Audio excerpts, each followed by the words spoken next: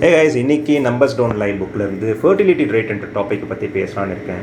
Fertility rate கம்மியாக ஒரு country வந்து பின்னாடி போயிட்டே இருக்கும், போத் எக்கனாமிக்கலி அண்ட் சோஷியலி. இதை வந்து நான் நம்பர்ஸில் வந்து பார்க்கலாம்.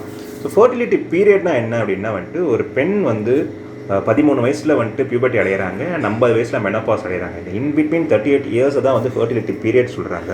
இதில் வந்து 300 to 400 ஓவுலேஷன் சைக்கிள் இருக்குது. ஸோ இந்த ப்ரெக்னென்சி பீரியட் அந்த 10 months plus followed by 6 months of breast feeding, இந்த 16 monthsக்கு வந்து அவங்க ஓவுலேஷன் நடக்காது. ஸோ இதை நம்ம சப்ட்ராக்ட் பண்ணும்போது பார்த்தீங்க அப்படின்னா when we do this math, ஒரு பெண் வந்து 24 குழந்தைய வந்து பெற்றுக்கலாம். பட் ப்ராக்டிக்கலாக அது ஒர்க் அவுட் ஆகாதில்ல. So when we consider the pregnancy losses, infertility, இதெல்லாம் வந்து நம்ம புட்டுகதை பார்க்கும்போது சராசரியாக வந்து 8லேருந்து ஒரு 9 குழந்தைய வந்து பெற்றுக்கலாம். இது நம்ம தாத்தா பாட்டி காலத்துலேயே நம்ம பார்த்தது தான். ஆனால் ஒரு நாளடைவில் என்ன ஆச்சுன்னு பார்த்தீங்கன்னா இது கம்மியாக ஸ்டார்ட் ஆச்சு. ஏன்னா ஸ்டாண்டர்ட் ஆஃப் லிவிங் ஏறும்போது, அர்பனைசேஷன் வரும்போது, பெண்கள் எல்லாம் வந்து ஒர்க் ஃபோர்ஸ்குள்ளே வராங்க, better education, better health care, அப்புறம் கவர்மெண்ட் கேரண்டீட் ஸ்கீம்ஸ்லாம் உள்ளே வரும்போது என்ன ஆச்சுன்னு பார்த்தீங்கன்னா நம்ம வந்து குவாலிட்டி ஓவர் குவான்டிட்டி வந்து எதிர்பார்க்க ஆரம்பித்தோம். சின்ன குடும்பமாக இருக்கும்போது ஒரு பெட்டர் எஜுகேஷன் தரலாம் நம்ம குழந்தைக்கு, அதுக்கப்புறமேட்டு நிறைய வெளியில் போயிட்டு ஊர் சுற்றி பார்க்கலாம், வீடு வாங்கலாம், கார் வாங்கலாம் அப்படின்ற மாதிரி நம்மளோட தரத்தை வந்து ஏற்றும் போது ஃபர்டிலிட்டி ரேட் வந்து தானாக கம்மியாகிட்டே இருக்குது.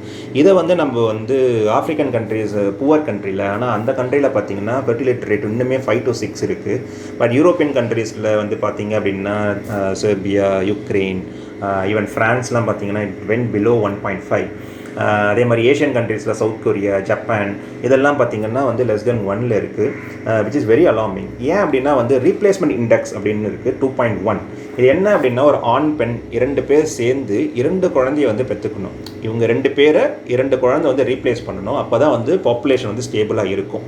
அந்த 0.1 எதுக்குன்னு பார்த்தீங்கன்னா நான் சொன்ன மாதிரி இன்ஃபர்டிலிட்டி, இன்ஃபென்ட் மோர்டாலிட்டி, இந்த மாதிரி கேசஸை வந்து காம்பன்சேட் பண்ணுறதுக்கு அந்த 0.1 இருக்குது. இது வந்து இந்தியாவில் பார்த்திங்கன்னா வந்து 2.1, 2ல் ஊசலாடிட்டு இருக்குது. தமிழ்நாடு ஆல்ரெடி வந்து 1.8ல் இருக்குது. இது எப்படி வந்து மிட்டிகேட் பண்ணலான்னு பார்த்தீங்க அப்படின்னா கவர்மெண்ட் ஸ்கீம்ஸ் மூலமா அவங்க வந்து பெட்டர் ஃப்ரீ எஜுகேஷன் கொடுக்கலாம். இல்லைனா வந்து மந்த் ஆன் மந்த் வந்து ஒரு 10,000 15,000 வந்து பிள்ளைகள் வந்து வளர்ப்புக்காக வந்து அவங்க வந்து ஊதியமாக தரலாம். இந்த மாதிரி பண்ணும்போது என்ன ஆச்சுன்னு பார்த்தீங்கன்னா எல்லா குடும்பமும் வந்து 2 குழந்தைக்கு போகிறதுக்கு சாத்தியம் இருக்குது. இல்லை அந்த 1.5 கீழே போன கண்ட்ரிஸ் என்ன பண்ணால் பார்த்தீங்கன்னா இமிக்ரேஷன்ஸை வந்து உள்ளே வந்து அவங்க மூலயமா வந்து இந்த ரீப்ளேஸ்மெண்ட் இண்டெக்ஸ் அடையிறதுக்கு அவங்க வந்து முயற்சிக்கலாம். இதெல்லாம் பண்ணலை அப்படின்னா அவங்க நிறைய ப்ராப்ளத்தை ஃபேஸ் பண்ண போகிறாங்க. இது வந்து குளோபல் ப்ராப்ளம். இதை பற்றி நீங்கள் என்ன நினைக்கிறீங்கன்ற கமெண்ட்டில் போடுங்க. நெக்ஸ்ட் ஷார்ட்ஸில் வேறு ஒரு பெட்டர் டாப்பிக்கோடு நம்ம வந்து பார்க்கலாம். பை.